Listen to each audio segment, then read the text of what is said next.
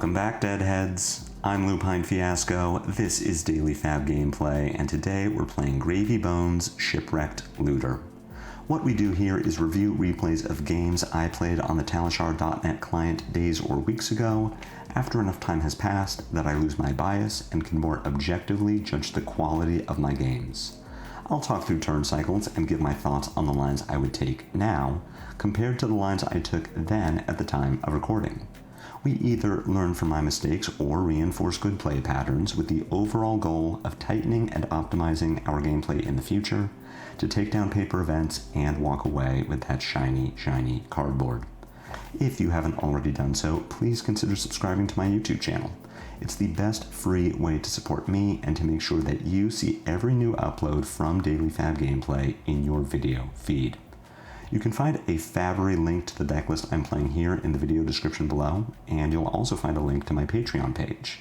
Subscribers can get access to matchup guides for all of my tournament-winning deck lists, and weekly bonus content including draft reviews and deck techs. Want to tighten and optimize your gameplay in real life? Use my affiliate link in the video description to buy your very own Codex journal, and be sure to use code LUPINE10, that's LUPINE10, at checkout to receive 10% off your order. Finally, Daily FaB Gameplay is brought to you in part by Hemel from the Bazaar. It's never been more affordable to play in the flesh and blood. Players have been buying the cards they need from Hemel for years. I started buying from him in 2023 and have never found a better deal. The Bazaar's prices are the lowest for singles, full sets, and class sets, including new releases. High Seas, set bundles, singles, and more are available now and ship both domestically and internationally. Message Hamill on Blue Sky, Discord, email, or Twitter to see what he can do for you. All aboard the gravy train.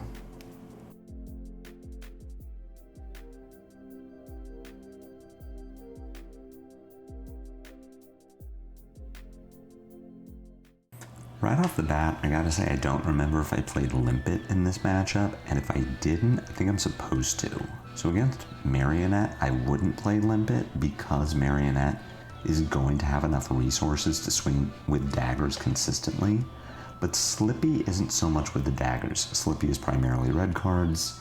At least my version of the deck is 45 reds to 6 yellows and 9 blues in the 60, and I wouldn't really go above that against Gravy. I'm not expecting a lot of blocking out of Gravy, so I'm not playing cards like Shred. So you can expect that your Limpet is either going to eat a head jab, which great, or Slippy is going to let your Limpet live, and that's also fantastic. Important thing to note here is I am playing Crown of Providence because I don't want to open myself up to Regicide, which some Arachnes are playing. Gravy is not so good with blocking, and if Slippy can catch you with a hand that doesn't block very well, maybe they send a Bonds of Agony and you put cards in front of it and they break the chain, and then send Regicide, or do some line where they strip your hand and then Codex of Frailty out a Regicide and you can't block it, you just die. So I do think that playing Crown of Providence instead of Crown of Dominion is very good in this matchup. It means that you're playing Golden Tipples because you want to be able to compensate for not having that starting gold. And we look at our opening hand here. We lost the die roll, by the way, which is why we're going second.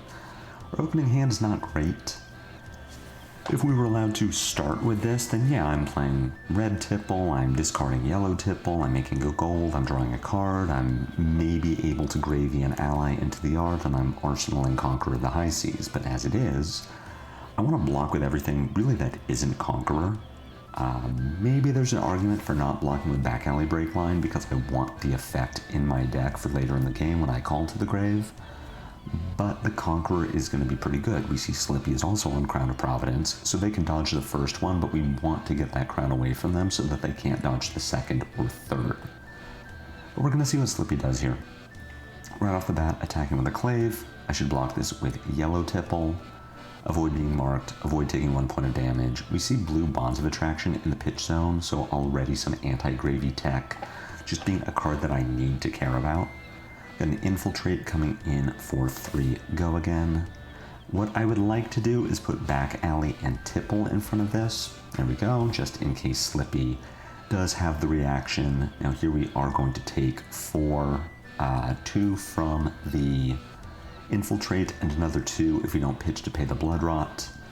And we lose a golden tipple. Not that I'm expecting Slippy to play it, but us not having the golden tipple is kind of a big deal, especially with this hand, where yeah, it wouldn't really be great because we would be pitching a blood in the water in order to play our tipple and discarding Swabby, but at least we would then draw into give no quarter, we would have a gold, we could compass and see maybe there's a world where we can play out Swabby this turn.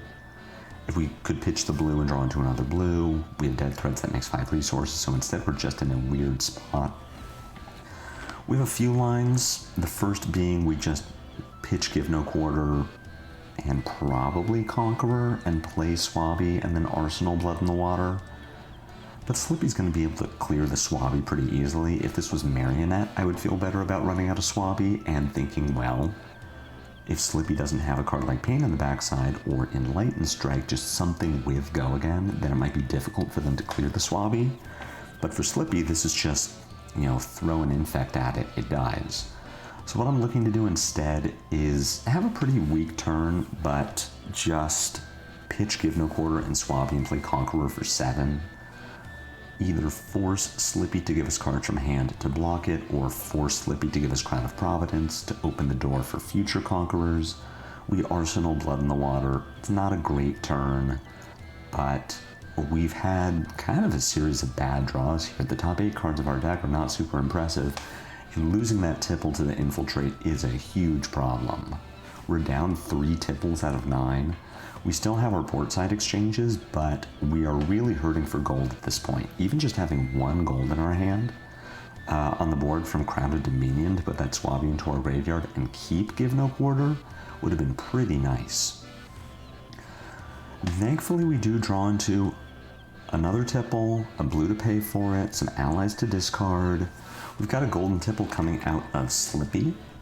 Interested to see what they pitch, interested to see what they discard, assuming it's going to be either a shred or a take up the mantle. We've got a Codex of Frailty paying for the tipple and then discarding the take up the mantle. Slippy gets a gold out of it. I'm not going to block 1 point of damage. There's no disruption tied to it. There's no anything tied to it. I've got a Hunter's Clave coming in for 1. At this point, I'm not going to block. We do just be marked. We've got a Savor Bloodshed, followed by a Kiss of Death for 7 Go Again. On hit, draw a card. So we have a few options. I think the best one is going to be to block with Hook and Blood in the Water. Blood in the Water can discard probably Anka, I would say, is the least impactful of the 2 allies in my hand. What I'm thinking in which one I discard is, say this last card in Slippy's hand is something like Bonds of Attraction, which would banish a card from graveyard if it hits. I can't necessarily protect my Anka right now, so if I lose the Anka, I want to be able to run out Swabby on my next turn, where I would lose the Swabby if I discard it to Blood in the Water, and then would have to run out the Anka, and maybe that works better with my cost curve, but it doesn't work better with me trying to push damage and end a game of Flesh and Blood. So all of this is to say that I'm blocking Kiss of Death with gold-baited Hook, I am playing Blood in the Water from Arsenal, and I am discarding Anka to get Blood in the Water up to 6 block, which 1 protects us from Kiss of Death, and 2 forces Slippy to use Flick Knives in order to trigger Savor Bloodshed, or have that Razor's Edge to trigger Savor Bloodshed. Slippy does have an action point. Let's see if they play out this last card in hand. Art of Desire Body, not something I'm going to block. We have 6 reds in the deck. This does give Slippy the opportunity to Flick Knife, so we're still taking a ton of damage here. This was a really good turn from Slippy.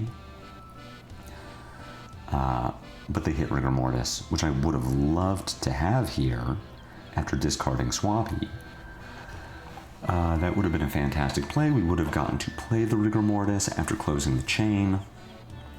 Or rather, we would have had Swabby in the graveyard, we would have Rigor Mortis in hand. We could think about activating Gravy to draw a card, discard the Rigor Mortis, then play the Rigor Mortis, and Arsenal Tipple.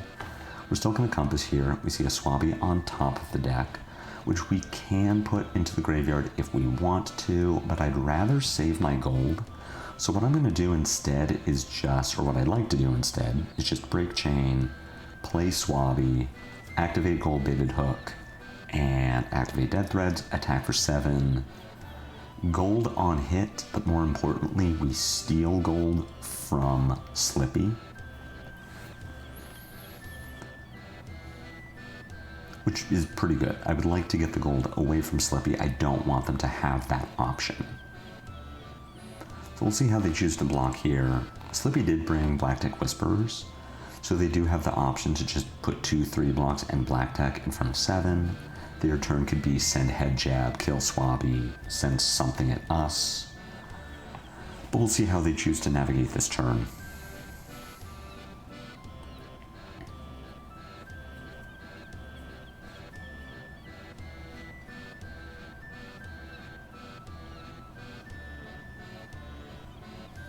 Unfortunately, we're 5 tipples down out of 7. We get a Leave No Witnesses out of Slippy. I'd like that last minute gravy there because we made the extra gold. We get to immediately use one to put a Swabby into our graveyard just to make sure that we don't get caught with too many non-blocks in our next hand.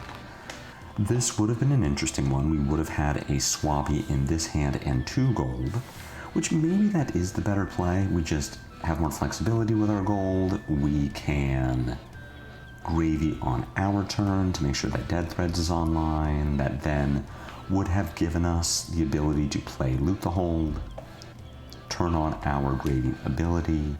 We could have then pitched Anka and Avasti to swing with Swabby, and we would have had different options, but even so, we have the Swabby in our graveyard now.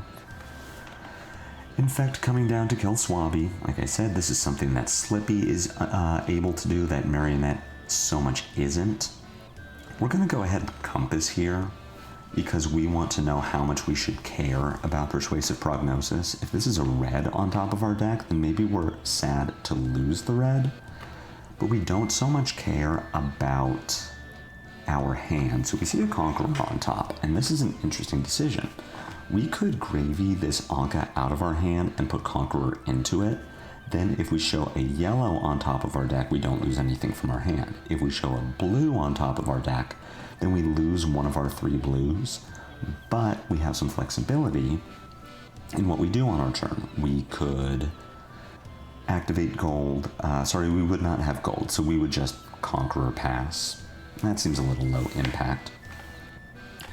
We could put Crown of Providence in front of the Prognosis here and just prompt Slippy to potentially play this card from hand, knowing that we would not lose a card from our hand if we lose the top of our deck. Or we could just take one, we lose our Conqueror. The question is, how comfortable are we losing Conqueror? So let's say that we block this Persuasive Prognosis. Slippy just arsenals this last card in hand. We have the option to pitch Avasti to break our gold and draw Conqueror, we float a resource. We could then attack with Conqueror, pitching Loot the Hold. We send Ape Go again. It potentially takes Slippy's arsenal and makes it gold. If we get the gold, then we're in a position where we can gravy away our Anka. Or we could play Chart the High Seas, and if Chart the High Seas hits, then we could play out an attack with Swabby, and that's a pretty good line. But a lot of this is just contingent on what is under the Conqueror. I do think that I am okay giving up Crown of Providence to block the Prognosis, because I really care about having that Conqueror. I would like to be able to play it. Either Slippy plays a reaction from hand, and we aren't punished because we keep 4 cards, and get to play Loot the Hold into Swabby, or Slippy just arsenals a card and we get to Conqueror it. So I would have liked to block with Crown of Providence here. I think that was a mistake. And I think I was too fixated on getting my crown value when Slippy throws Arsenal Disruption. I don't think we're going to have an Arsenal for too much of this game. Very good Chart the High Seas here. We get to put a Sawbones into a Graveyard and a blue into Pitch. So thinking about how we're going to navigate this turn, I really do want to loot the hold here.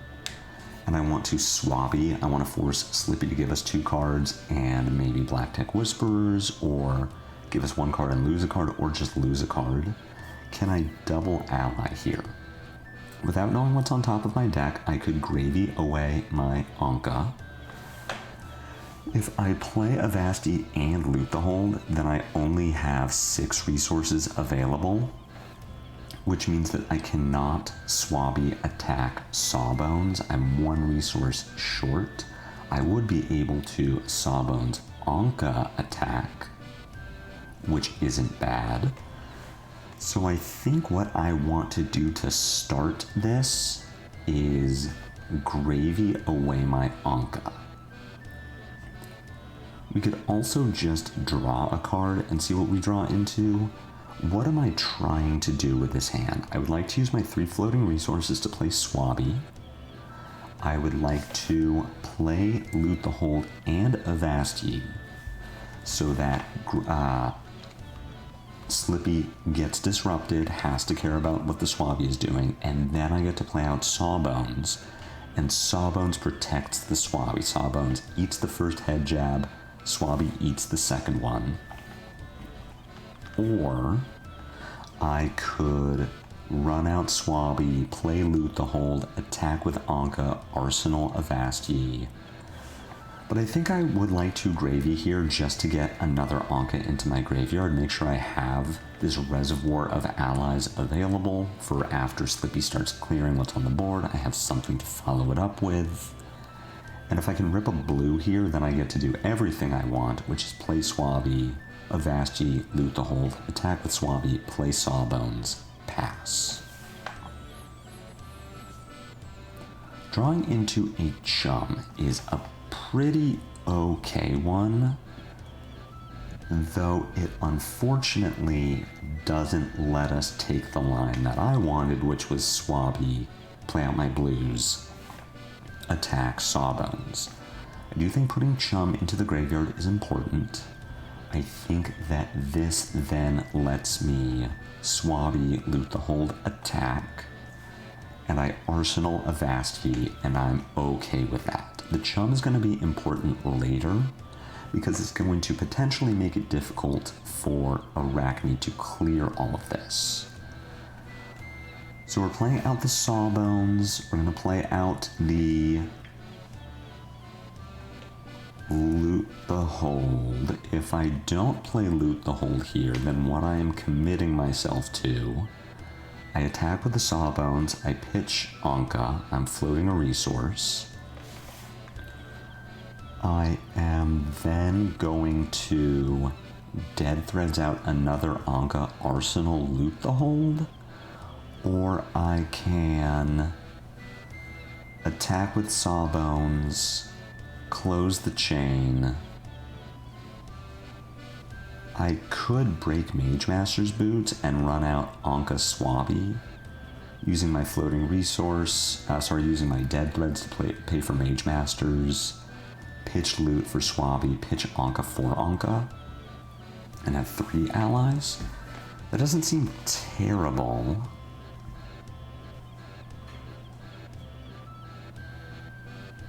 Am I gonna play out Swabby here and have the Swabby? I feel like I've punted this turn. I feel like this is gonna let me double ally, but I wanted the Loot the Hold to be on Swabby instead of Sawbones, so that I also just get this black tech. And I don't think double allying here is good. I think if we play out Swabby, we're just running out Swabby to die. The double ally is interesting, It buys us some space, but I don't think that's what I needed this turn. I think I need to be more aware in my Slippy games of either single ally or triple ally. I think for the most part here, life just is a resource. We've got an Art of Desire body coming at us. We leave the Swabby. We know that there's a Sea Legs on top. What if we blocked this with Murderous Rabble? I could pay to activate. We do have a gold, so we can always gravy away one of our allies. So I believe what I'm looking at doing here is I'm going to gravy away the Sawbones. I'm going to play Murderous Rabble, which will turn on my hero. I can pitch Anka to play the Sawbones. I can pitch Rigor Mortis to attack with Swabby. And this is where I really wish I still had that loot to hold, or the Avasti, so that I could double ally attack this turn, or play out an ally, Avasti, play out a second ally, maybe think about Mage Masters.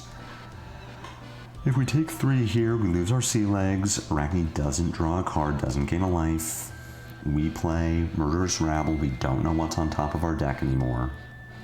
If we play out the Murderous Rabble, we should still have an Anka and a Chum in our yard, which means that we get to pitch 2 allies to play Chum. We could pitch the 3rd ally to attack with Swabby. I would like to gravy here to make sure that I am continuing to put allies into the yard, though notably this is our last gold, and we're low on tipples, and we're low on port sides, so we're going to be starving for gold very soon.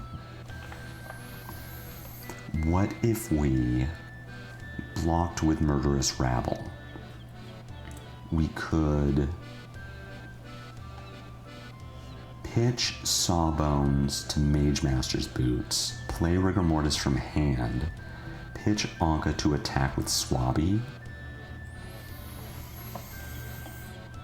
or we just take 3 from the Art of Desire body, we play Murderous Rabble for hopefully 3 go again, we get to close the chain, pitch Rigor Mortis Anka to play Chum, pitch Sawbones to attack with Swabby. It's not a bad line, it's the most efficient line. The problem is that we are running low on allies in our graveyard, which is potentially very bad for us. Murderous Rabble here shows a Whaler on top of the deck, and that's interesting because we do have the option to gravy away a Whaler. We could play it this turn, we couldn't attack with it, it could buy us space, but with 5 cards Slippy, I don't think that's what I want to do. I do think the Chum into Swabby attack here is good, and we should save the Whaler for next turn so that we can Chum it away. I don't love this line, which is why I undid it. If we had been able to take black deck on our last turn, then I would feel good about hooking this, because we either get 3 cards from Slippy, which is fantastic, or we get 2 cards plus Flick Knives or Tunic, likely Tunic. But this game is going to go a little longer. Tunic is already full, so if we just got Tunic, that's valuable. And Slippy has so many 3 blocks, I'm not really expecting Slippy to ever let a hook hit if we haven't already made gold this turn. But if we could play out like Swabby Chum and take 2 cards from Slippy, it might just be very difficult for them to clear out both of our allies. I'm fine with not hooking here, but if the black tech wasn't on the table, if black tech wasn't available for blocks, I would feel very good about hooking and just saying, it's on you, Slippy, do you want to give me the gold, or do you want to overcommit to me not getting it?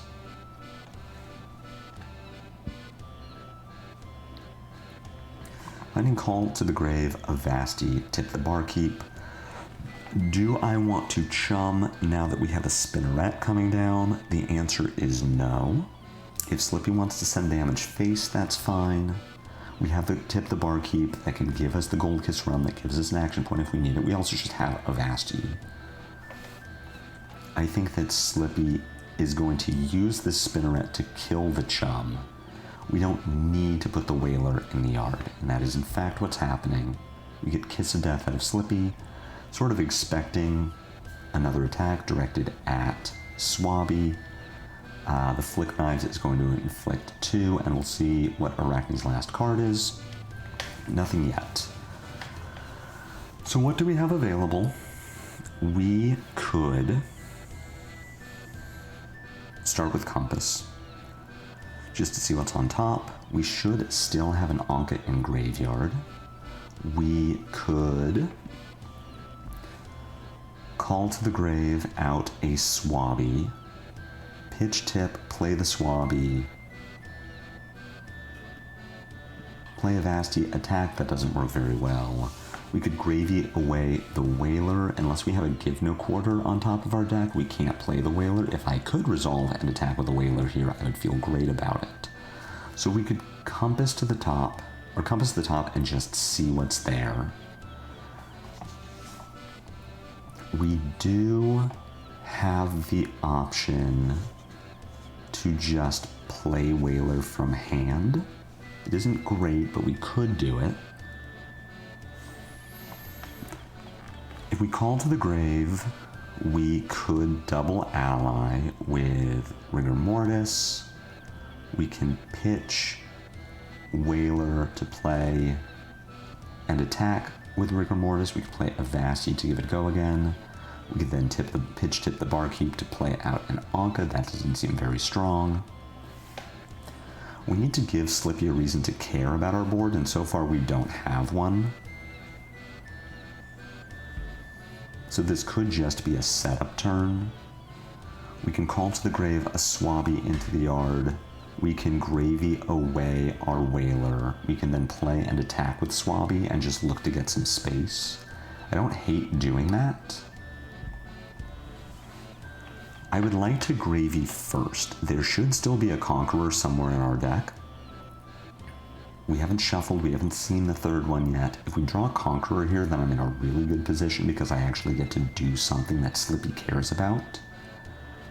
Otherwise, I like setting up the graveyard. I like getting a Swabby into the yard, I like getting the Whaler into the yard, and we're just trying to find space to draw that Give No Quarter, hopefully with 3 other blues, and then be able to play and attack with Whaler, something that Slippy is going to need to care about.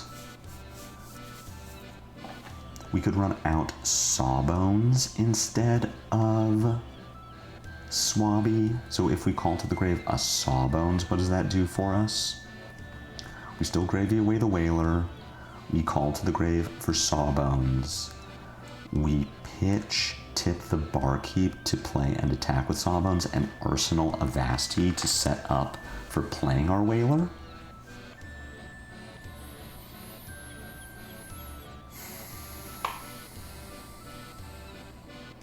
Gravy first is good. We find the Blood in the Water, which is less than ideal. Maybe we were supposed to Compass first, just because we don't have the gold now. We don't have a follow-up, so we only get to affect the top of our deck once. We could have called to the grave first just to get that Blood in the Water off the top, and then go through our whole line of gravy, call of the grave. That seems better. That's a good takeaway here. At this point, let's go ahead and play Call to the Grave. Let's find a Swabby. We can play and attack with it. We could Call to the Grave a Whaler and just run it out to buy some space. Keep this Blood in the Water in arsenal. And just really ask Slippy the question, how are you going to deal with this? I don't hate that line, but I think the Swabby line is good too. Rigor Mortis would let us play Tip the Barkeep. Suppose Sawbones let us play Tip the Barkeep as well.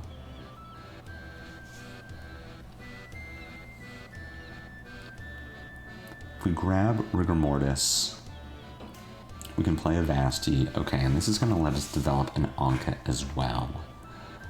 I don't love this, Because again, we need allies in our yard. We have the Whaler, but the Whaler is very restrictive. It's going to be hard for us to play out that Whaler. So if we run out a Swabby instead, or a Sawbones, we can still effectively use all of our resources, but also keep that Anka around. Whereas here, Slippy just clear both of our allies, and then the only one we have is Whaler. And if we don't draw into something that lets us play out the Whaler, then we just don't have any allies. We don't have anything to do. We get hit with Bonds of Agony. Slippy has enough and this is coming at us. Slippy has enough cards and resources that tells me they can turn on the bonds. The question is, what is the bonds going to get to? We have this Anka in hand and a Blood in the Water in arsenal that says we can block for 6. We could give Crown of Providence and Call to the Grave. We could give Dead Threads and Portside Exchange if we wanted to cover up to 10. Covering up to 10 says that we are insulated from Black Tech Whisperers, Flick Knives, Justinic. We've only seen one Justinic so far. It was pitched. So it's conceivable that Slippy has more. What might be correct, considering that we have a Tipple on top, is that we just pass. We just take damage. We have the Blood in the Water if we need it, but based on what Slippy takes from us, we have options available. So what I'm actually recommending now, we could even crown our D-React away to get 5 cards and really just be looking for the Whaler line. I don't mind blocking with Crown here and sinking our Blood in the Water, but at the same time, there is a world where it's just Black Tech, Flick Knives. No, it's always going to get over the top of 6. I think we should just not block. Or we do block with Crown and we sink the Blood in the Water. Spike with Bloodrot plus Razor's Edge plus Flick Knives is going to get this up to 10, which is 1 over what we needed it to get to. Are we supposed to Blood in the Water here just to mitigate some damage, knowing that the follow-up here likely kills our Rigor Mortis? I could see the answer being yes, and we just go to 17. We lose probably Call to the Grave. We could then play Portside Exchange, but we don't have any. Oh, we have the Anka in graveyard. If we draw a blue, sorry, we know we're going to draw a yellow, so we play Portside Exchange. We don't have to discard because we don't have any cards. We draw the Tipple. We have Dead Threads, so we can pitch yellow to play Anka that we've just put in the yard, then use Dead Threads to attack with Anka. That's a good line, so I would like to Blood in the Water here and block 9 on 10. Go to 17, be able to play out second Anka, and then swing 5. And we're probably in a position, no, we shouldn't hook that because Slippy can give Tunic plus Whisperers. Choosing to save Blood in the Water here is not bad, but I don't think it's good either. I think it's wrong. I think we are supposed to stay at 17, effectively 15 after the Blood Rot goes through, and just develop the second ally.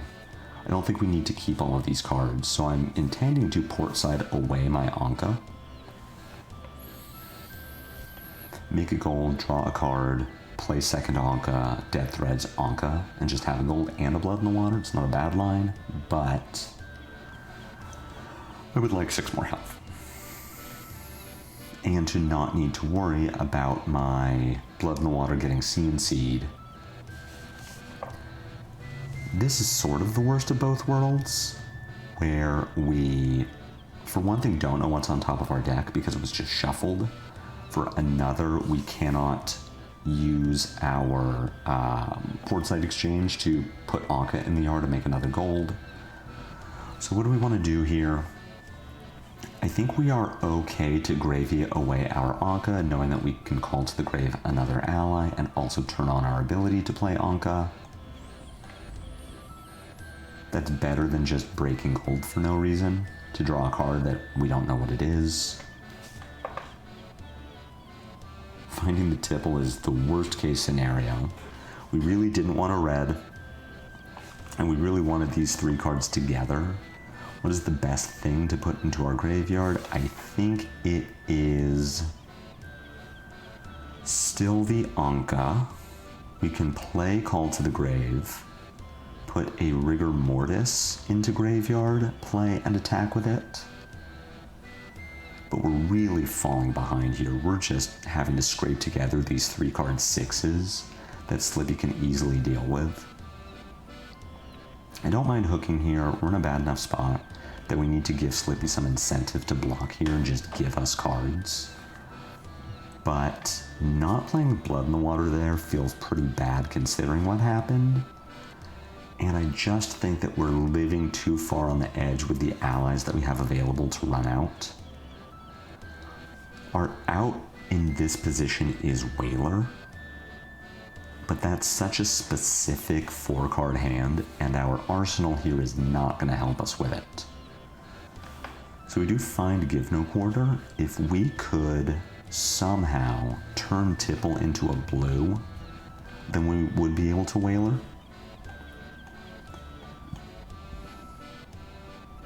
But unfortunately we just can't, and we don't have a good ally density in our graveyard to take advantage of Give No Quarter, and we don't have a clear arsenal because of Blood in the Water. We're just in a bad spot. Now what we can do is tip the barkeep, make some rum, we can loot the hold, we can pitch Tipple to attack with Anka, potentially get cards out of Slippy, and just hold on to the Give No Quarter to set up the Whaler turn. We do have an Anka in yard. We can play Loot the Hold, play Anka, swing Anka,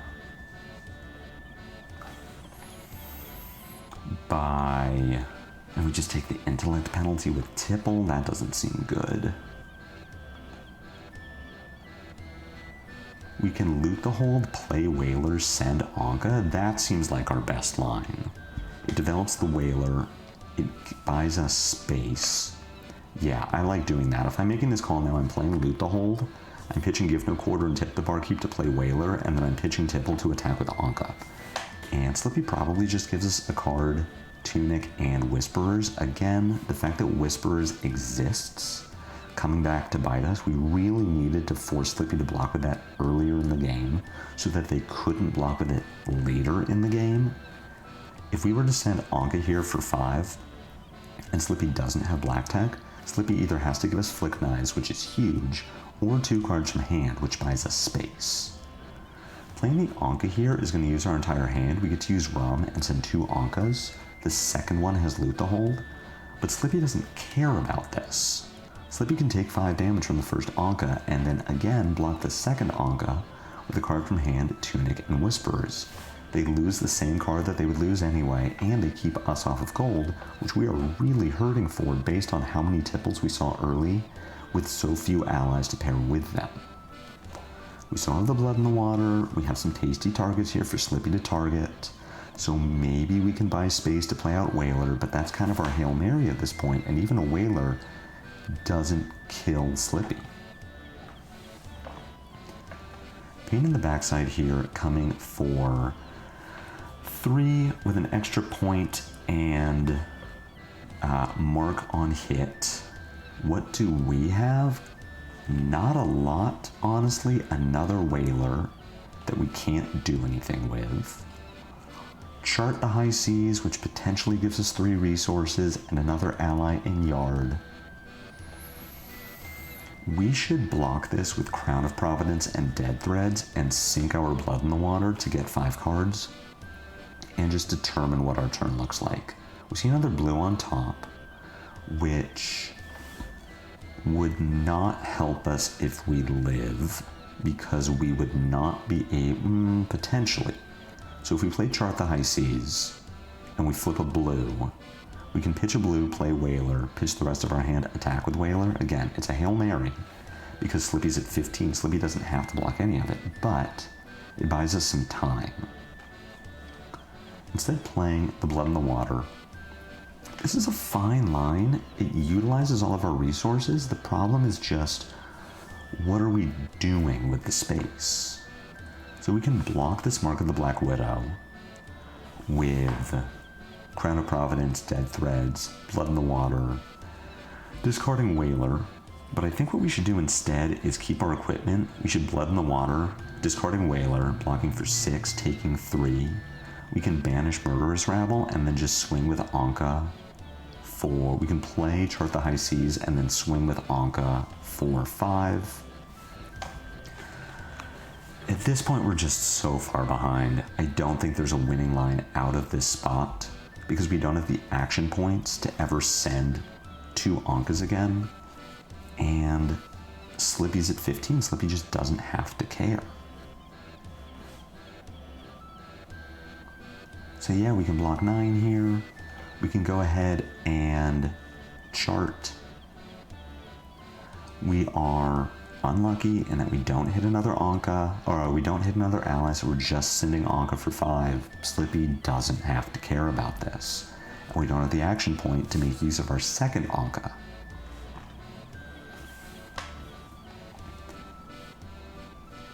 Now the Whaler line, again, would not have been any better because Slippy doesn't have to care about 11 damage.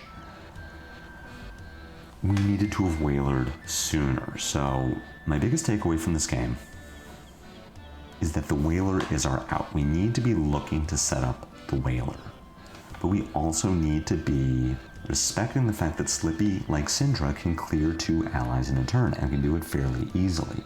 So we're really looking to block more aggressively to convert hands.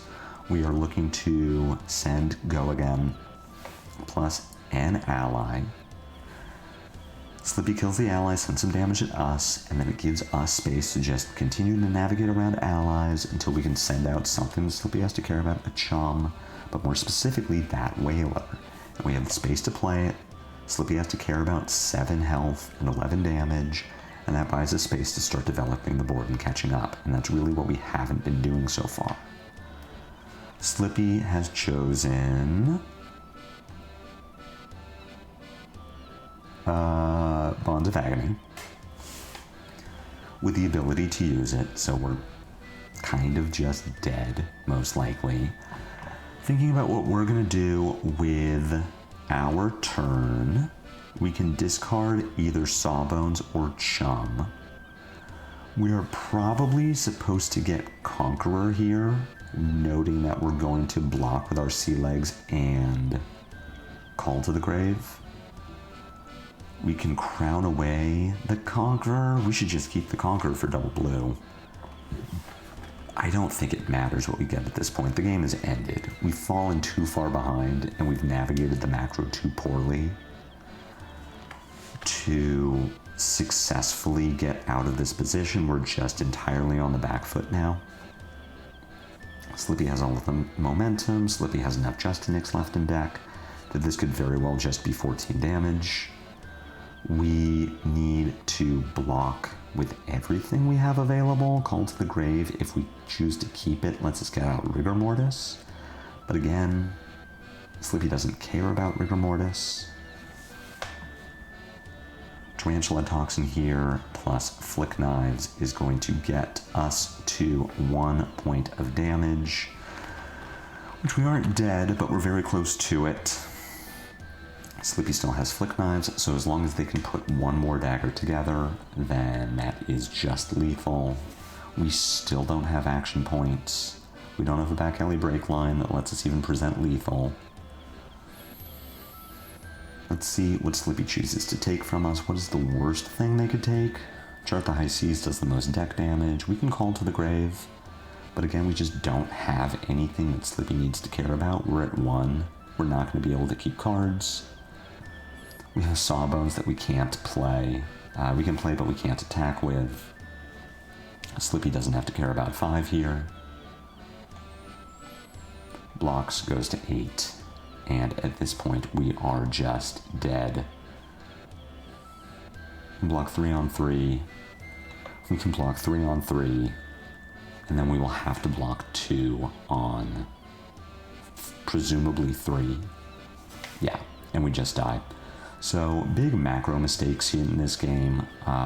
Whaler being a win con is not something that I really anticipated.